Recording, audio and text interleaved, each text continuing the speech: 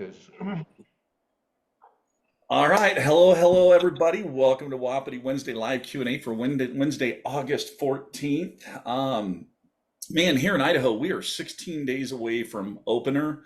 I know some states actually are open now, so it is here. So, but first off, how many of you really like the cow sounds on a external reed cow call? That nasaliness that you get. Okay, Greg, anybody else? Yeah, I So like them. I like them pretty well. Yeah. here's what's crazy. So listen.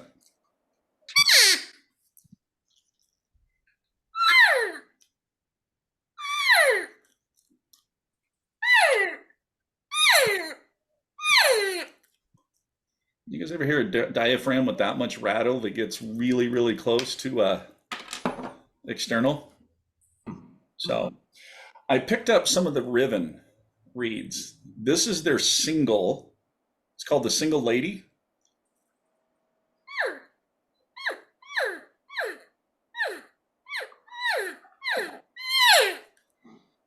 Man, you can get really, really soft on that thing and loving the nasaliness on it. Then they have another one that's called the Black Ice that actually has this little black layer that's cut almost like a turkey reed. Man, that thing gets a little bit of rattle in the bugle, especially when you do the lip ball. It gives a lot more rattle on the lip ball that really gets that good vibrato that you're looking for. Now, the thing is they are on a wide frame. So, Greg, I know you like the wide frames. You might like these. They do come in a three pack. So you have the Single Lady that's the light, the Black Ice that's the medium, and then I can't remember what the yellow one is, but man, that one's a heavy, heavy reed. So, um, quick update, new reeds playing with. It did take me a little bit to learn how to call on them because you got to stay nice and relaxed. The call will do anything that you want. It'll hit the notes, but you just got to stay nice and relaxed. So you guys that are lighter tongue pressure type guys, I would definitely say check out these reeds. I did not like their domed reeds. We did not get along, and they lasted in the house for about an hour and a half before they went in the trash. So, but the conventional. So, all right, What's the name of the company? Riven. Ribbon. Riven. They're the one that has that $330 wooden grunt tube. That Yes, I have people asking me to get one. I responded back and said I will be more than happy to get one. Just give me your Visa number and I will record that. I'll order that thing within 10 minutes of getting that number from you. And nobody has stepped up to offer to pay for it yet. But yeah, I have some people that want to see that in next year's Grunt Tube Challenge. So I don't know. So all right, let's jump into the important topic and information that everybody wants to know. So, all right, first off, autumn equinox this year is Sunday, September 22nd. So, if you remember, the autumn equinox is equal amount of daylight and darkness. That is what really triggers the rut. The equal amount of daylight, the way the sun changes the angle and that sun reflecting off the pupils of the cows, that's what kind of triggers the rut and everything. So remember, most cows are bred within a 7 to 10 day window of that autumn equinox. The autumn equinox could fall in the middle of that 7 to 10 day window. It could be the end of that window. It could be the start of that window. But around that autumn equinox is when the peak rut and most cows are bred. So now, before we jump into moon phase and talk about the month, let's talk about what's going on right now. Bulls are rubbing the velvet and getting hard horned. Now, here's the thing. I have gotten a lot of reports from numerous different areas, numerous different states, that bulls actually started rubbing several days ago, which that's about 6 days earlier than normal. And why is that important? We're going to get into that when we get into the weeks I think are the best to hunt. And please hold on for just a moment. Otherwise, Little Miss Snickers will continue to meow and scratch on the door. Are you coming? Come on, everybody's looking at me.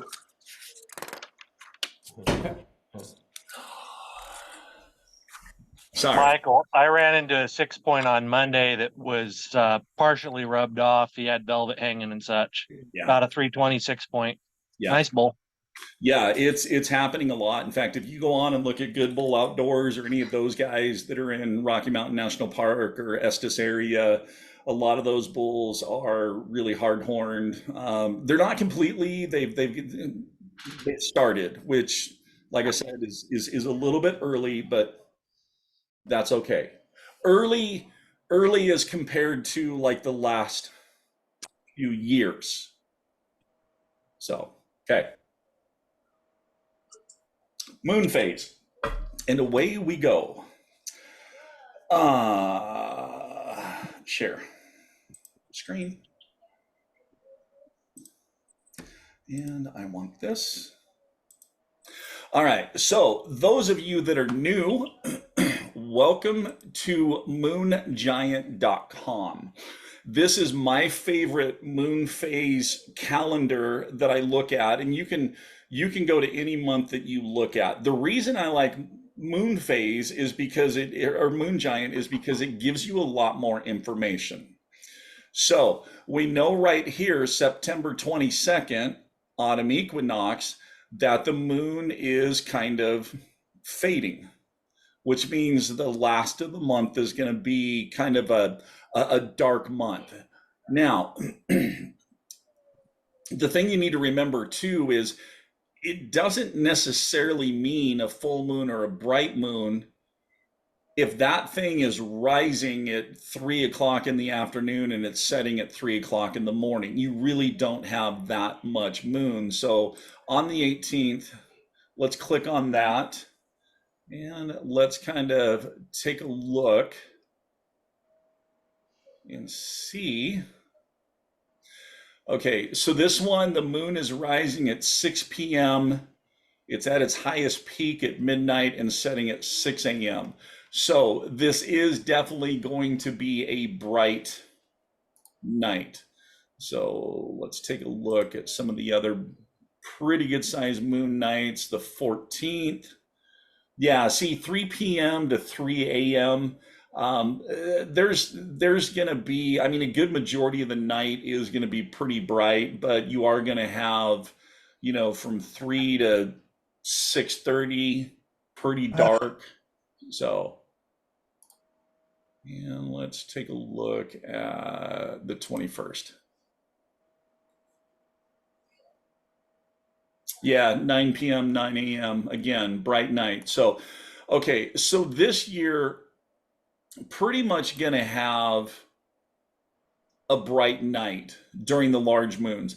Nice thing is, too, if you guys notice on this month, we only have one full moon. If you remember the last 3 to 4 years, we've had 2 full moons in the month of September. We've had one the first week and one towards the tail end of the month. This year, we're only dealing with one full moon. So things to keep in mind, and we'll start adding up the pieces. Bulls are rubbing off velvet earlier than what they have been in the last few years. We only have one full moon as compared to multiple full moons, 2 full moons in a month like we have had the last few years. So there's 2 important factors right there to keep in mind. So, okay, any questions so far? Perfect. Okay, so remember with the autumn equinox, that 7 to 10 day window, okay, could be the start. So that means it could start on the 22nd and basically end somewhere that first part of October. It could fall in the middle, so you could be looking, 18th to 27th for peak rut, with that falling right in the middle, or it could be, the 12th. Me, I don't think it's going to be the 12th. And I don't think the 22nd is going to be the start. I think we're going to see more peak rut activity. I'm going to say in that 17th to 28th time frame.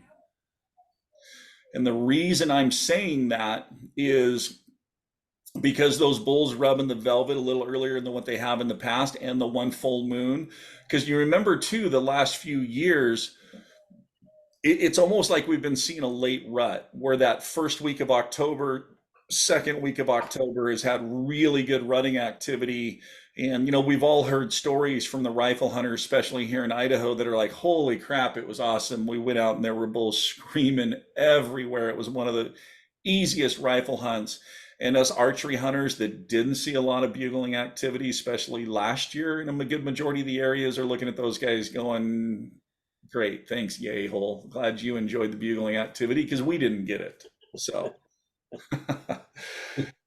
so I'm thinking this year we're looking at a more normal rut year that we really haven't seen in the past few years. So breaking down the month, what do I think activity is going to be like? I think that last week, oh, come on, don't give me an ad. Really? Okay.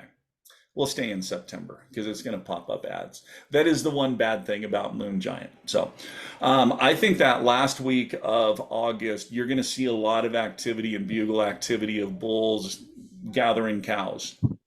Now, if you remember years past, we've had some good bugling action the first part of September. And then we get into that like 6th through about the 12th, 13th, where they just shut up. And remember, that's because those bulls have their cows gathered, they have their pecking order set, and now they're just waiting for a cow to come into estrus. And if you remember 2 weeks ago when we talked about, okay, you see a couple of bulls that are just sitting there feeding, and you call to them and they just kind of pick their head up and look at you and don't pay no attention to you. That's because their testosterone level hasn't raised. So remember, we talked about doing those calling sequences to raise their testosterone, to do that breeding sequence in that blind calling routine.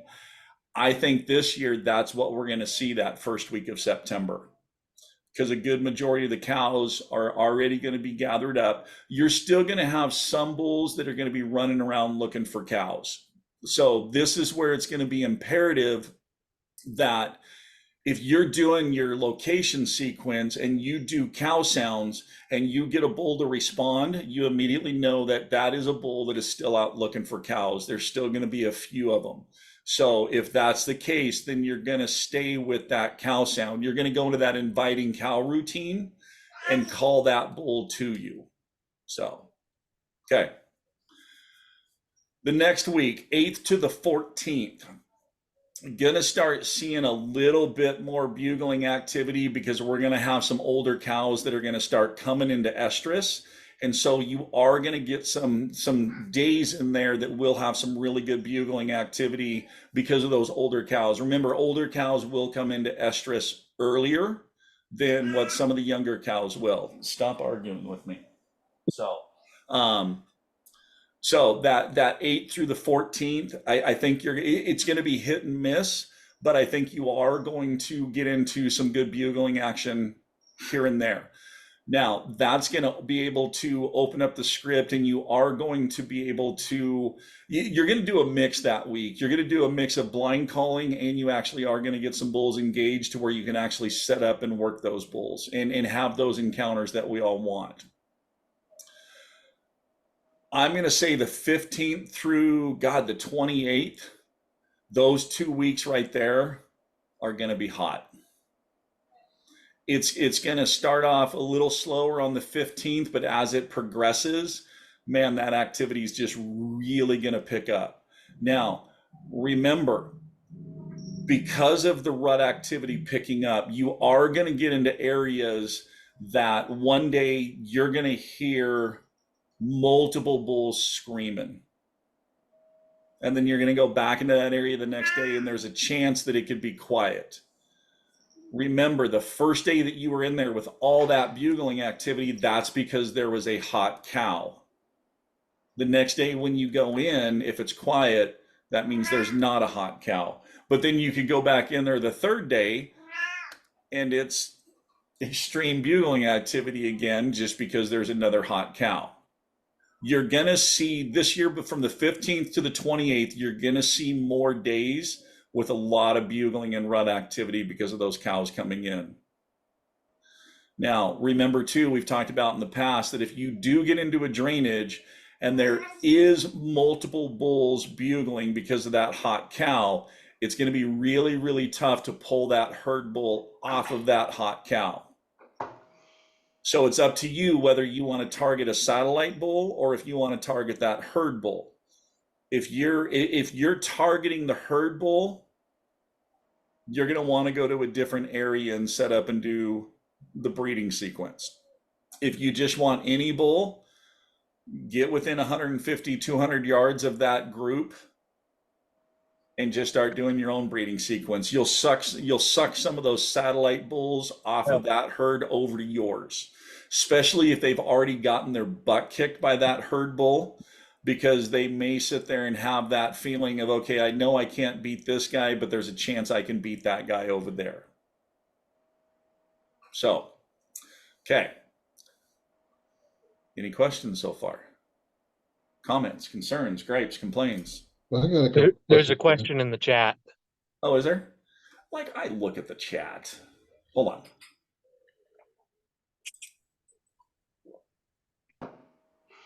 I think I have to stop share to get to the chat.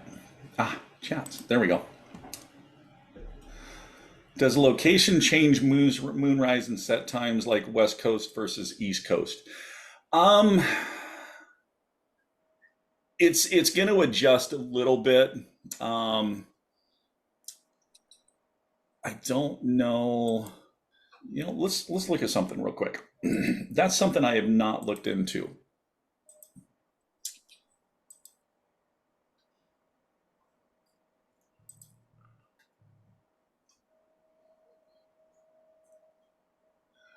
I do not see.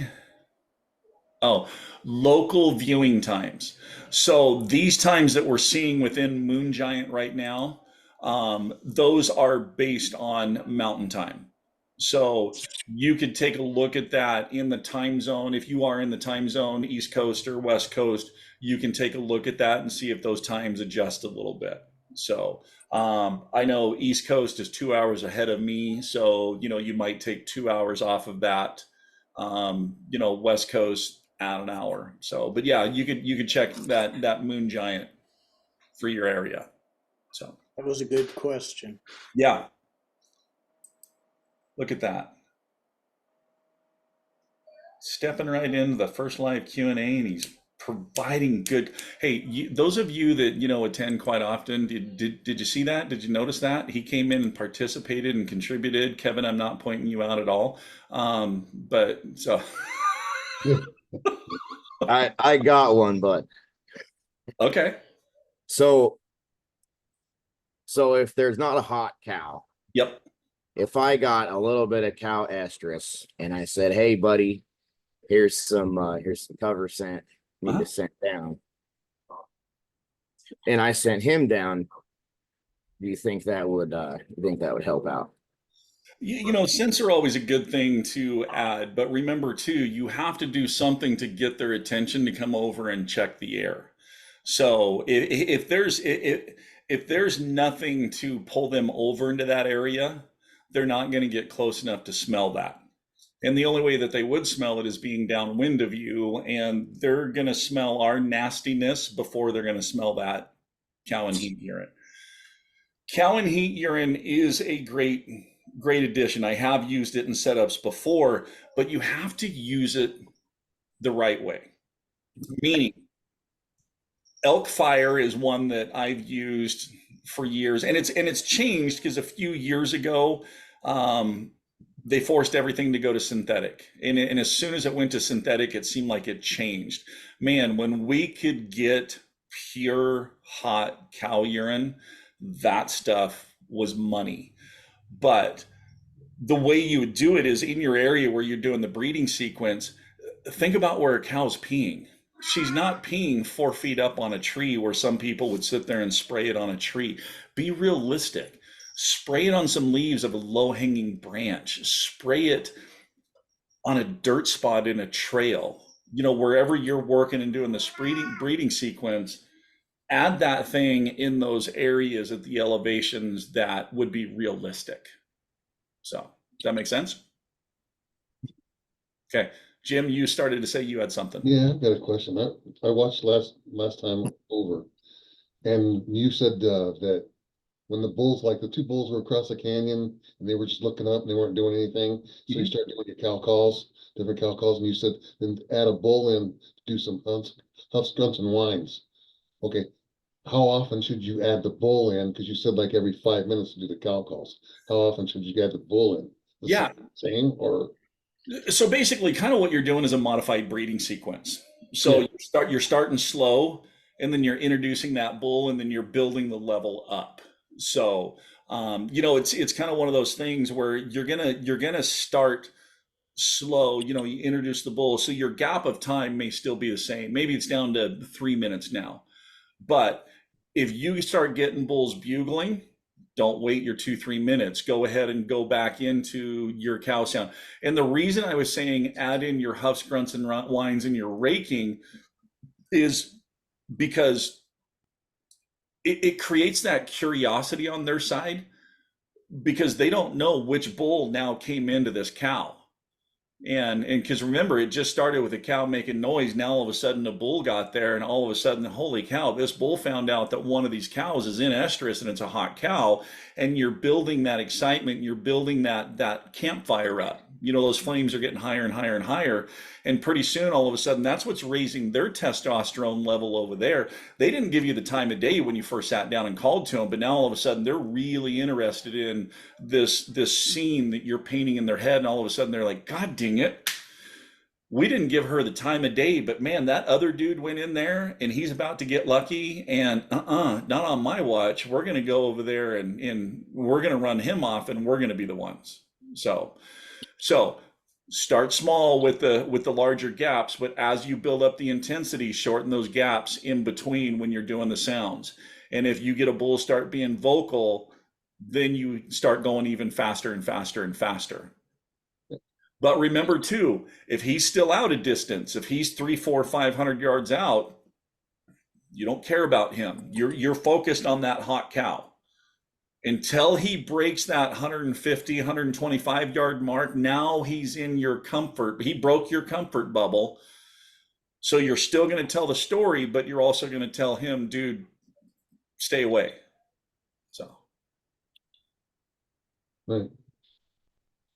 Okay. Any others?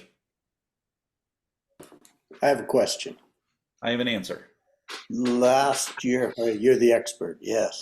So last year, we had vegetation everywhere, it seemed. Yes. And we had small herds. Spread out. And there was less competition because food was everywhere. Yep. And we had talked about that's going to change this year. Yep. What are the anticipated changes? Okay. So, we came off that El Nino to a La Nina. So now we're in the La Nina, which, remember, La Nina is drier. And so, yeah, the wetter years, the food's everywhere, they're spread out, you have smaller groups. Well, now it's basically going to be that food's going to be concentrated. So those historical areas in your hunt area where you normally see large groups and you get into a lot of, higher bull to cow ratio on those drier years, those are going to be the areas that you're going to hit. So you're going to get into larger groups. You're going to get into a higher bull to cow ratio, which means more competition, which means more bugling activity. So yeah, between the concentrated feed sources, the one full moon, and the activity that we're seeing from bulls right now rubbing a little bit earlier than what they have in the years past, to me, that's pointing to, guys, we're in for a phenomenal bugle year. So, and the nice thing is, is we had enough green vegetation late enough that there's some really good horn growth. So, I mean, all the dominoes are stacking up for this to be a stellar year with quality bulls, good rut activity, and a fun September. Okay. Yay. About time. Yeah. We haven't had one for a little bit. All All right. Septembers are good. Any time in the elk woods is good, but when you get more rutting activity, more bugling activity, man, it sure makes it a lot more fun. So, all right. My prediction on the hottest week to hunt for the month of September this year in 2024. Any guesses? 17th through the 24th. Anybody else? Yeah, I was gonna say the 16th to the 23rd. 16th through the 20. So we have the 16th through the 23rd, the 17th through the 24th. I'm gonna say 9th through the 14th. You're going to say the 9th through the 14th? You're going early. Okay. 13th through the 20th. 13th through the 20th. Okay. 14 to 21. 14 to 21. The winner Okay. gets a new bow. Man, I'm seeing a common thread with this group of everybody liking the middle of the month. And you're thinking the end? I'm thinking the 22nd through the 28th. You are, huh? I don't like that answer. That's after my season. That's after your That's season. a terrible answer, Michael. I really don't like that. Wow. Okay. My season ends on the 19th. I have been wrong before. So, the nice thing is, too, guys, we're right on the cusp of the weekly rut reports. So this could set this year up that a lot of you are going to be able to go, I told you so. So, nice thing is this is no longer an annual oh wait, yeah, never mind. I was going to say this is no longer an annual or monthly subscription that a bunch of you guys would just drop off because I was wrong. So I'm just so yeah, no, I'm really thinking the 22nd through the 28th, and here's why I'm thinking. Just because the moon phase going dark, the autumn equinox on the 22nd,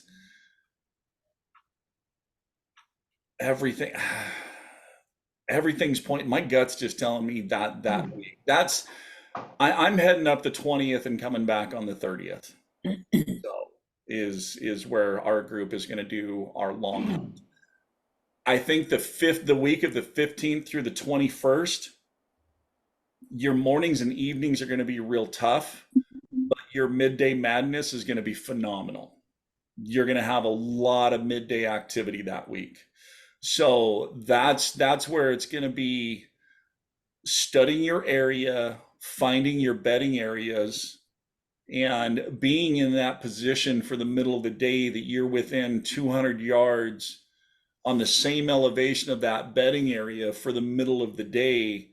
That, man, from 11 to 2 o'clock, I think is just, that's going to be the week for midday. The reason I'm saying also the 22nd through the 28th, because it's dark, they're going to be out longer in the morning and they're going to come out earlier in the evening. So you're going to have a lot more time in the morning and the evening to work them during that time frame.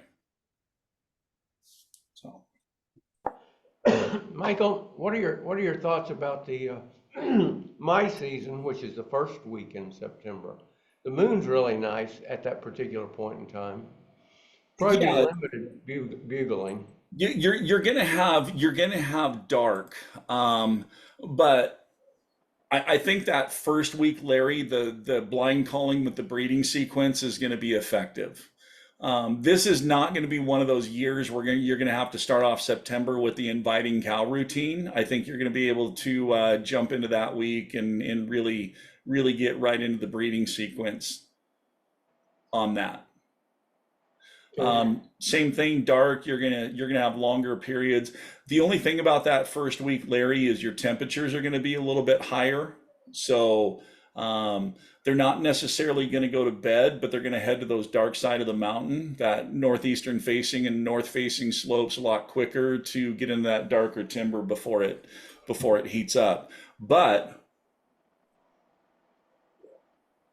the other thing too is I've been keeping an eye on the 10-day forecast, especially up here, and man, I'm starting to see a lot of low 80s starting to pop up, which means that first part of September, here in Idaho, we might have highs that first week mid 70s, good 45 to 50 degree mornings with mid 70s during the day.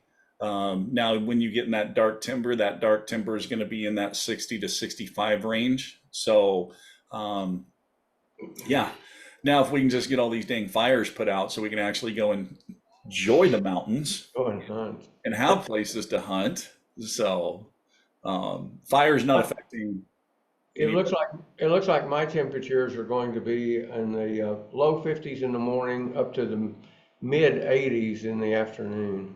Okay. So then your dark timber spots are going to be in that low to mid 70s. So which still is good. So the reason that's kind of nice is because you guys remember we did a deal about hanging quarters and in the temperatures. So remember, if really that is a kid, yeah, come on, go.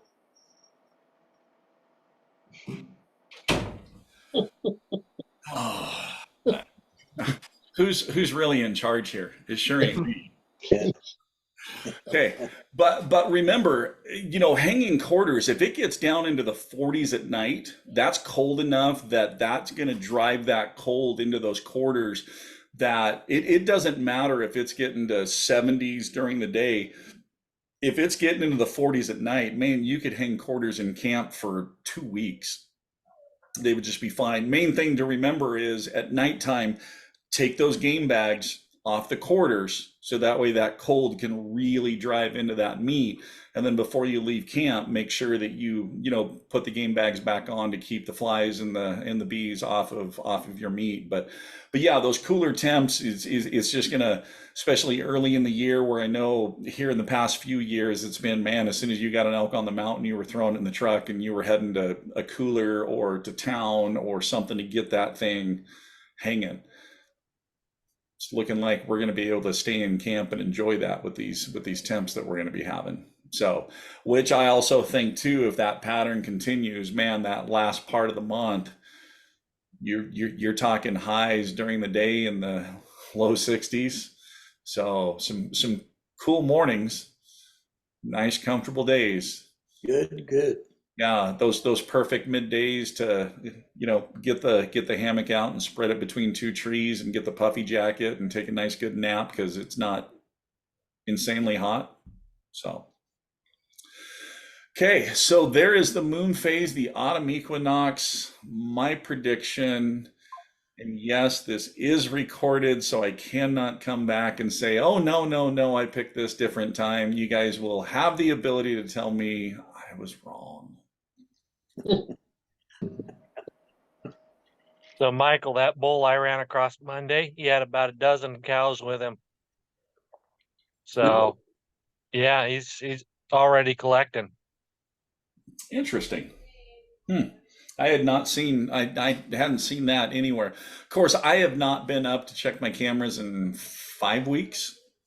So not going to go up and check them this weekend. I was thinking about running up and swapping cards, but I was like, we're taking camp up on the 23rd, 24th. So we're just going to wait and we're going to pull all the cameras that weekend and then throw all the data into the spreadsheet and then do my sort by time. For those of you that are new, there is a Wapiti Wednesday live Q&A that we did a little bit ago about what to do with that trail cam data, how to put it. And I show you a spreadsheet that I use to plug information in.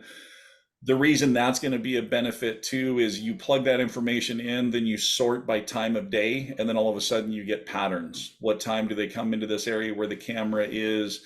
Because that's one of the things. Sometimes you're moving through an area, you've got good fresh sign, and then all of a sudden it's, oh, hey, what time are they coming through here? Well, with that trail cam data, you know exactly. So if you get to a spot at say 8:15 and it's like, man, they don't come through here until 9:20, why would you beat feet out of there? Get in a spot where you know the thermals are good, especially because you know the direction they're coming from. You know elk are going to be there. Why leave elk to go find elk? God, look at all that head shaking. I like it. You guys are like a bunch of bobbleheads. Now they don't make bobbleheads this good looking. You know, I'm glad to see the beards getting long and full again. So Yeah. you're getting back to the Sandy that we all know. When you shaved that off, we were like, God, who is this new guy? It just threw us all off. When's your surgery? Have you had that yet? Yeah, I had it 3 weeks ago today. Were you not on 2 weeks ago? I was. I was on with my foot up and Oh, with ice on my knee. everything go good? Yep. Okay. Started. When do you start rehab? I'm skipping that. It's fifth surgery on that knee, so I kind of know how to do that already. By going out and packing a bull off the mountain? Yep. Yeah, you I, know it. I said I was up on the mountain Monday checking trail cams. So Your wife didn't get you one of those little carts that you got to put your knee on and roll or anything, did she? no, that's what my e-bike's for. Okay. Okay. Perfect. All right. Anything else, guys? Good job, good meeting, thanks. You bet. I'm heading up to Wyoming on Sunday morning. You're heading out to Wyoming? Yep. Yeah, we're gonna go put eyes on our this little hunt spot and see if that's where we're gonna go. When are you guys doing the South Hills hunt here? September 7 through 13. No, that's why you chose that time frame. Gotcha. Okay. Yeah, and then my hunt over in Wyoming is the 16th through the 22nd. So Okay. When you say South Hills, what unit? Are you 53, 54, or you talk 54. 54? I hunted that a lot. When I Yeah, lived- one of the vets that we sponsored for the VA special big game hunt. Yeah. Drew it, and he just beat leukemia a couple years ago as well. So yeah, pretty stoked to be able to take him on this hunt. Oh, cool. That's good. So, Yeah, Grady, when you were out there hunting, did they have the hummingbird tree No, not that I recall. coming in from 95 that way? No, well, no, I don't hunt off 95. Or what's the one that heads south out of Twin towards Jackpot? 93? 93. So coming in off 93. That's a little further west than I hunted. Even Rock Canyon was Okay. far west. Okay. Yeah, because we came in off 93 when we drew that, and I was telling Kevin about the hummingbird tree that you're coming around this gravel road out there, and then all of a sudden you come around a corner, and here's this tree that has probably 20-25 lawn chairs in front of it, and you slow down, and it's just filled with hummingbird feeders. And in the evening, you probably get 100-200 hummingbirds that come in on that tree. It's absolutely crazy. Oh, Oh yeah, it's a cool sight to stumble upon. So That's pretty cool. No, I hadn't seen that. Hadn't heard about that either. So you might have to go for a I drive. hunted 53 and 54 and 55 a lot for a long time. Yeah, we hunted south of Deadline Ridge, and I mean we hit Fawn Springs and Thoroughbred Springs and all those. These are all places that I gave Kevin to go check out. So the one and only time I ever drew a tag here in Idaho, and we drew it with a party of 4, back when it was 15 tags for all 4 units. I mean, obviously we drew early on that one. So, all right, let's see if I got anything new or else to share. So, oh, t-shirts. Anybody interested in Elk Calling Academy t-shirt? It'll just be black with the Elk Calling Academy logo across the front. Sure. Okay. Sure. I put I put an order in. I'm just waiting for the price. I'll let everybody know once that comes in what those are going to run, and we'll have smalls all the way up through double XLs. Uh-oh. Kids clothes, man, kids clothes. Kids clothes? Yeah, triple. Do I need to go to the big and tall store? I'll add a triple X just for you, Jim. Just for me? Okay. All right, thank you. Just Thank you. one. Appreciate it. Okay. All right, guys. So we're gonna sign off. As always, keep calling, keep practicing. More importantly, they'll have fun. And guys, guess what the topic's gonna be in 2 weeks? That's How right. many elk you got? It's the first rut report. So, Oh. so in 2 weeks, that'll be the first rut report. Remember, through the months of September, we do go every week, and we have the rut reports. For those of you that are new, that haven't gone through it, what the rut report is. So obviously that first one, I'm going to talk about the rut activity that's going to be happening that following week. And then when I come back, we'll recap what happened with rut activity and elk activity the week before and what to expect the next coming week. We'll do that all the way through the month of September and hopefully have some good stories, photos, and good campfire stuff to share. Are you going up to check game cameras? Not until Friday the 23rd. So yeah, we'll be good. Apparently she's locked out again, and so she wants back in. Imagine that. So, all right, guys, thanks for tuning in. Those of you that joined us for the first time, welcome. Glad to have you guys as part of the Wapiti Wednesday Live Q&A team. Hopefully you enjoyed this, and we'll see you guys again in 2 weeks. So take care, everybody. Enjoy. We'll see you guys later. See you guys. Here. I didn't see the new faces.